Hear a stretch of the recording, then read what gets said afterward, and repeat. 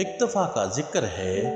किसी गांव में दो दोस्त रहते थे। एक का नाम जमाल और दूसरे का नाम रेहान था। रेहान इंतहाई शरीफ और दूसरों के काम आता था, जबकि जमाल बहुत ही खुदगर्ज था।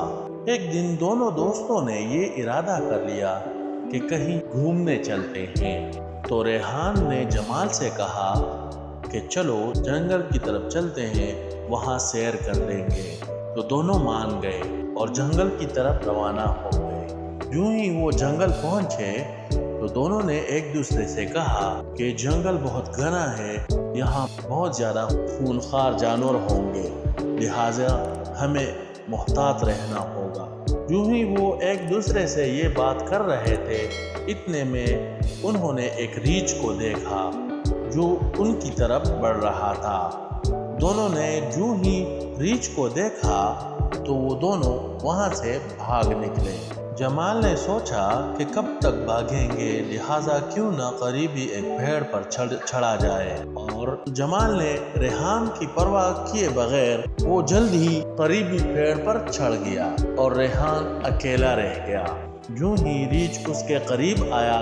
उसने अपने बड़ों से सुना था कि रीछ मुर्दा इंसानों को नहीं खाता, लिहाजा उसने अपनी आंखें बंद कर ली और अपने सांस को रोके रखा और ज़मीन पर लेट गया।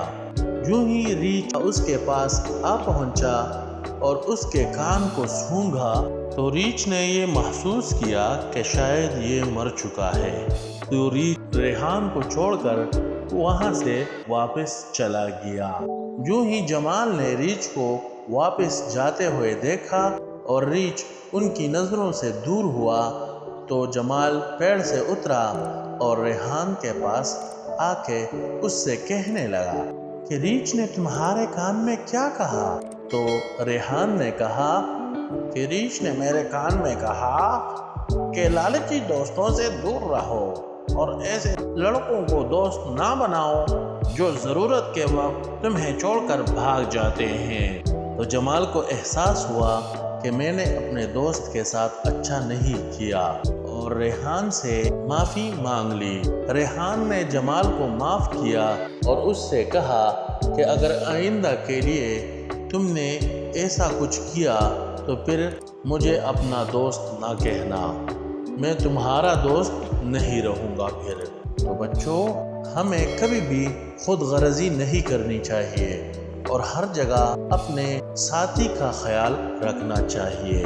अगर आपको कहानी पसंद आई हो तो लाइक और शेयर करना ना भूलें और अगर आप चैनल पर नए हैं तो चैनल को सब्सक्राइब करके घंटी के बटन को ज़रूर दबाएं।